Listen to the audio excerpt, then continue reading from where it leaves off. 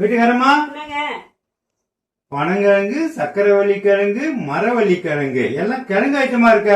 இதெல்லாம் சீசனுக்கு கிடைக்கிற போதாங்க வாங்கி சாப்பிடணும். அப்படிங்களா? ஆமாங்க. சரி சரி. நீங்க என்ன செய்ய போறீங்க இப்போ? லட்டு செய்ய போறேங்க. மரவள்ளி கிழங்குல லட்டு செய்ய போறேங்க. மரவள்ளி கிழங்குல லட்டா? ஆமா, லட்டு. புதுமையா இருக்க. எப்படி செய்வீங்க? செஞ்சு காட்டுறேன் வாங்க.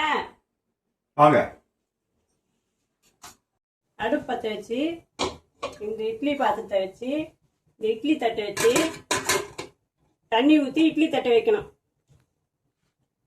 கிழங்கு இப்படி வச்சு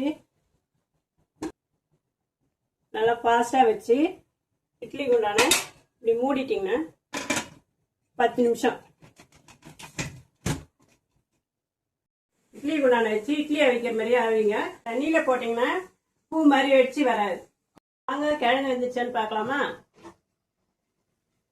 பாருங்க, கிழங்கு நல்லா வெந்துருச்சு. இனிமேல் லட்டு செய்யலாமா? வாங்க, இது தோலை உரிச்சிட்டு உதுத்து போட்டுக்கலாம்.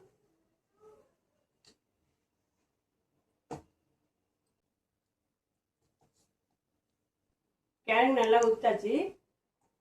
தேங்காய் 1 கப்,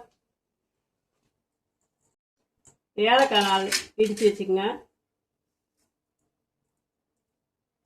சர்க்கரை தேவையான அளவு போட்டு தேவையான அளவு நல்லா போட்டு பிசைஞ்சிக்கலாம்.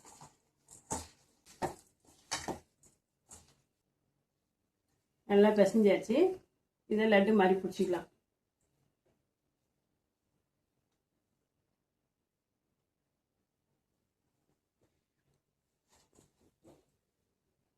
வீட்டுக்காரமா என்னங்க? லட்டு ரெடியா? ரெடிங்க. ஆஹா, அருமையா இருக்க. காட்டுங்க, டேஸ்ட் பண்ணி பாப்போம். டேஸ்ட் பண்ணு. மரவள்ளி கிழங்குல லட்டு அருமையா இருக்கு வீட்டுக்காரமா. திருப்பதி லட்டு கூட இதுகிட்ட தோத்துரும். நல்லா மரவள்ளி கிழங்கு லட்டு சூப்பர், அருமையா பண்ணிருக்கீங்க. இது சின்னவங்க இருந்து பெரியவங்க வரைக்கும் நல்லா விரும்பி சாப்பிடுவாங்க. நீங்க குழந்தைக்கு கொடுக்கணும்னா நீங்க நாட்டு சக்கரை கூட போட்டுக்கலாம். நாங்க சக்கரை போட்டிருக்கோம், நீங்க நாட்டு சக்கரை கூட போட்டுங்க. இத நீங்களும் செஞ்சு பார்த்துட்டு எப்படி இருக்குன்னு கமெண்ட்ல சொல்லுங்க. இந்த வீடியோ உங்களுக்கு பிடிச்சிருந்தா சப்ஸ்கிரைப் பண்ணுங்க, கமெண்ட் பண்ணுங்க, லைக் பண்ணுங்க. ஓகே.